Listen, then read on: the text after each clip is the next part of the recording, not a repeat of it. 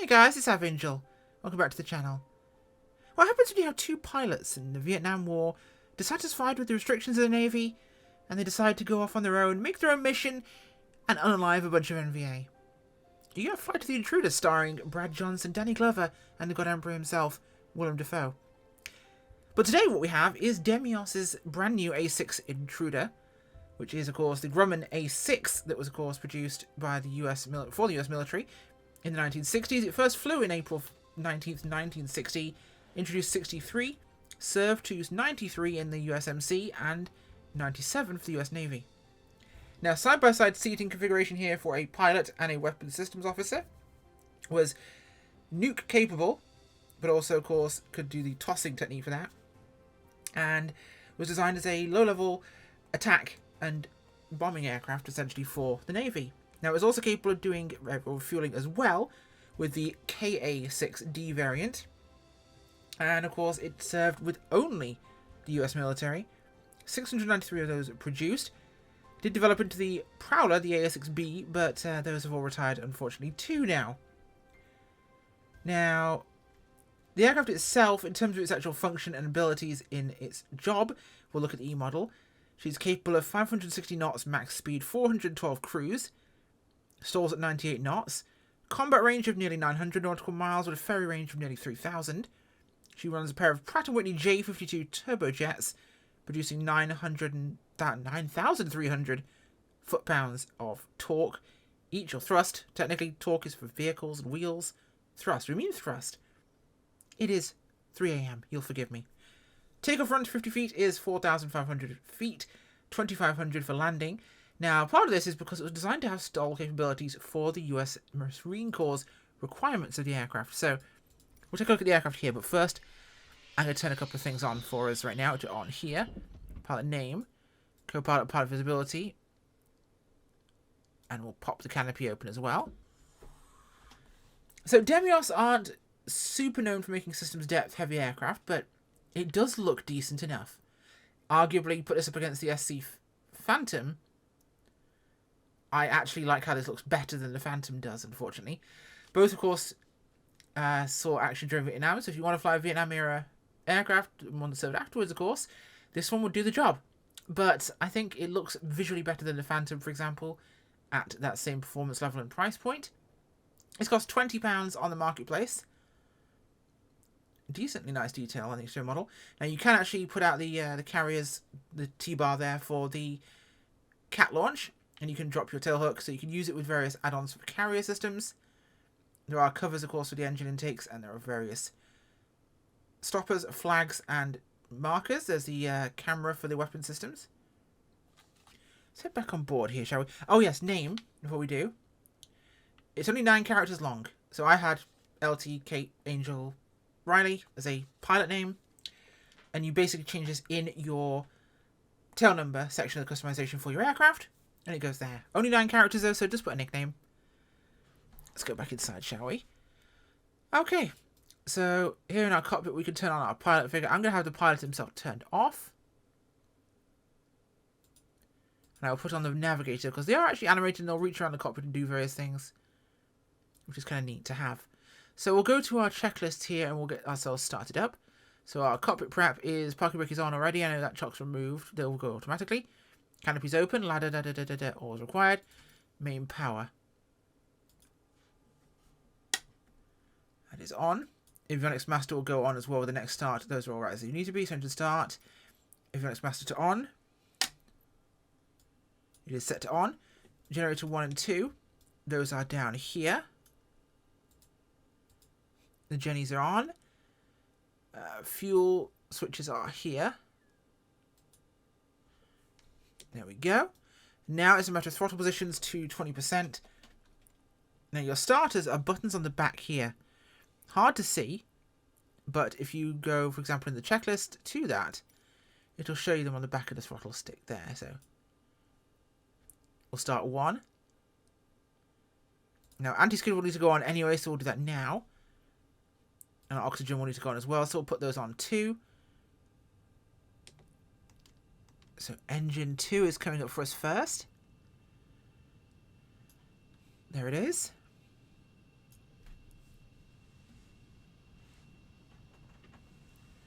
So you'll notice we have this to basically fill in for our GPS. We've got a camera that doesn't really do a lot there. A lot of stuff over here is not actually animated or functional on the co-pilot side. Everything is mostly fully animated on the pilot side here. So it's not a full depth aircraft, of course, in what it offers you. But it's enough to actually fly it and it to work. At least I can hide the... Wow, the throttle. Hide the throttle. Not the stick. That's the throttle apparently now. Okay, that's above 60%, so we'll set that back to idle.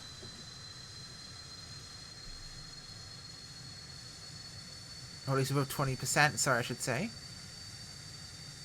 And we'll go now to engine 1. Hit that starter.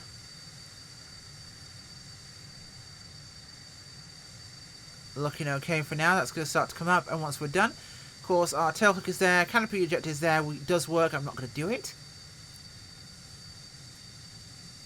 Let's pull our ladder back in. We'll close the canopy as well. Wrong button, that one. They're really close together. So chocks and flags are moved. Everything is clear of the aircraft. Excellent. Okay, so our second engine's coming up as well. That's good. We'll go to our after start checks, which do include oxygen, anti-skid, ladder removed, canopy closed, no annunciator lights. We're clear on no annunciators. Taxi, folding wings is required. As it lags out on me. This is actually fairly heavy hitter on performance for some reason. Not sure why, but there is that. Before takeoff, folding wings are extended, catapult grip is required, canopy closed, takeoff lights, flaps, takeoff. Which will involve extending those slats and the first notch of flaps. So we are looking good here. We're all started off. So takeoff will be pretty simple. Let's get ourselves going, shall we? Now let's make sure we have our head tracking turned on. Always a good start to have. Make sure my switches and things are compatible with what the aircraft has in sim. We're at Norfolk Naval Air Station right now.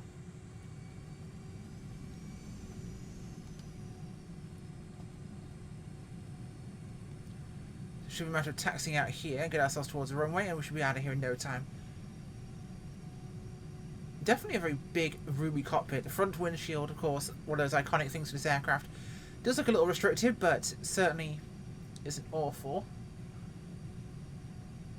The side view is fantastic, I'll give them that. But I think that's more a feature of the A-6 than anything else. I can't really complain very hard about the texturing and the appearance of the aircraft. Deimos does tend to make its aircraft look very good. Their functionality is always debatable to an extent. Now, this doesn't have a weapons option from the marketplace, which is where I got it. Paid my own money, of course. But you can get various add-ons and mods for this from flightsim.to. Like with the F5, Deimos will be uploading the things like that there. So you'll be able to get the weapons pack on there, along with paint kits. Okay, won't be far away now. Honestly, odd light flickering down there. Definitely a little heavier on FPS than I would like. I've flown the Tomcat out of here from IFE and Heat Blur, and that was not a problem. That's arguably a way more complex aircraft. Okay. Little spikes are what's getting me. Then there's every chance that the sim has just decided to choose violence this evening. Especially the Steam version of the sim, seeing as, of course, Steam is having its sale right now. And everything hates it. Okay. Let's get lined up here. We're ready to go in no time at all. There we go. Lining up on 28 here, and we'll stop briefly.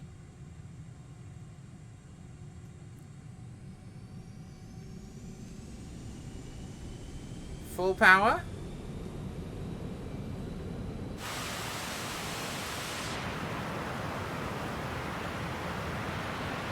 Sounds nice.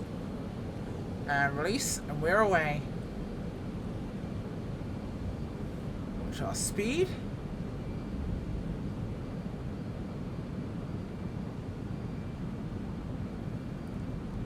Very placid on the runway, no problems at all.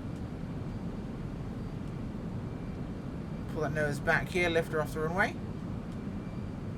Get that gear up for you now.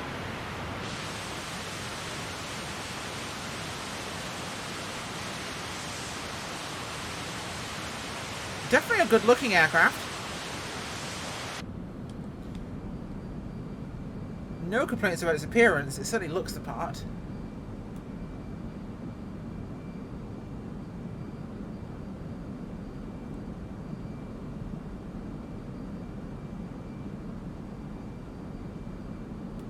Not bad at all. Now, like I said, I'm getting microstutters from this aircraft that I don't normally get. I did try another aircraft in the sim earlier, it wasn't causing any problems, so that seems to be unique to this. I'm not sure what's causing it in it. There could be something there. It might be file size, texture size, I can't tell. Normally nothing I have an issue with. I'm seeing 51 FPS in my sim currently, and this is just not playing super nice. There's every chance it's something else, but it seems to be less likely. Now I'm guessing this in the center of my screen is an artificial horizon? Or a TV monitor? I'm not sure what it's meant to be representing. Appears to be an artificial horizon or operating like one.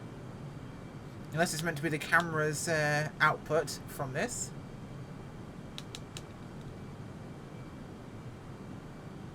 There's the Naval Air Station. So we'll come about on the centre line and we'll brake for a path entry here. Make this a short, sweet one.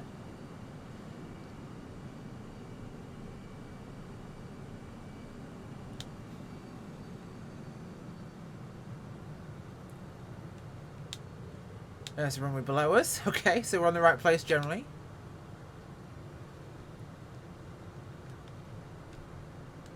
Could be this big digital screen here, or how the basic, whatever that version of artificial horizon is, and how the GPS down there is implemented onto the radar screens. I'm not sure about that, but something's definitely different.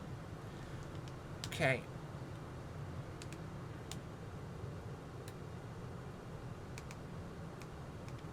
Pull around.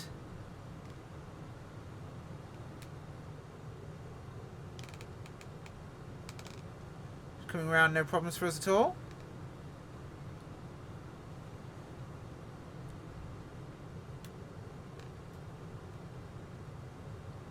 So coming through 350. As our air brakes are on the side of the throttle here.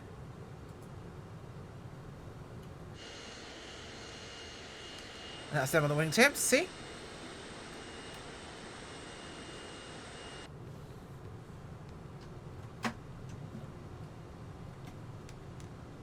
Right. Let's roll her in, shall we? I don't want to spend too much time in the air with this, with how it's behaving. I know this seems to have messed with purchasing this in the first place, but that wouldn't necessarily affect the Sim's day-to-day performance. They don't share the same service. So, considering that the Beach Duke earlier and the Caravan all operated completely fine, my intimation is that the performance difference I'm seeing with this aircraft is related to this particular aircraft. Flickering shadows there on the dash as well, not ideal. At least not my favourites at the moment.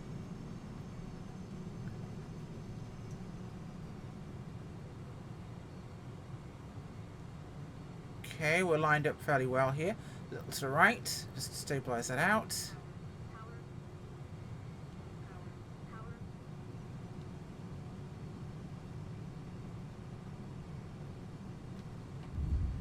Touchdown. Nicely done. At least it's smooth enough that I can make it. And we'll make a fast exit over this way. Whip, one brake. And whilst we do it... Oh, hello. Yep, they did not like that at all. Fold these things in, which apparently you can do with the flaps deployed. Interesting. And of course, a very important test, which I'm going to do without actually getting off the... We'll end the video. If this works, we'll end the video like this.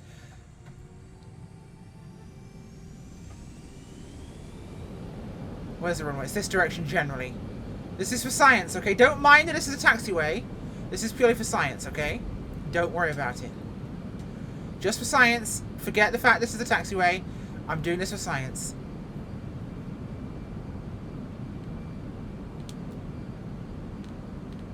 Come on. It did not like that. Okay. Wait, am I? No, I'm not. So even with full power, it will not fly. With flaps deployed. With the wings folded. I had to test. You understand? Okay. Oh, that's a tree. Oh, God. I'm in a house. I'm in someone's tree. In someone's garden, in someone's house. Let's quickly...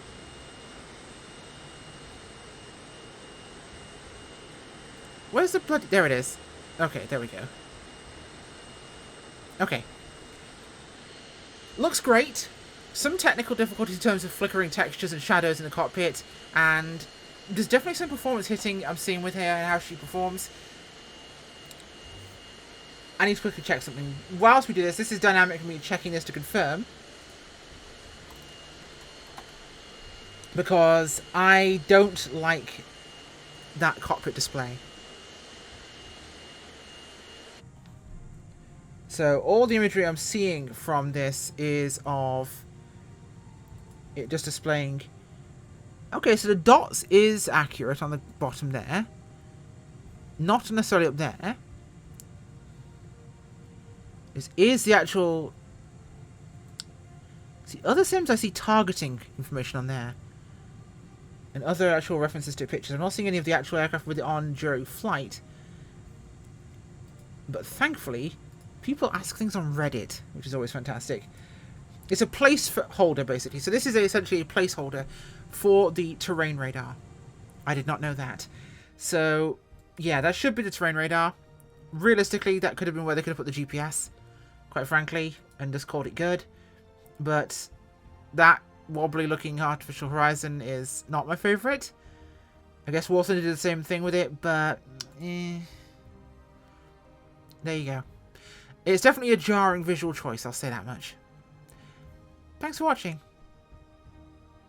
Bye.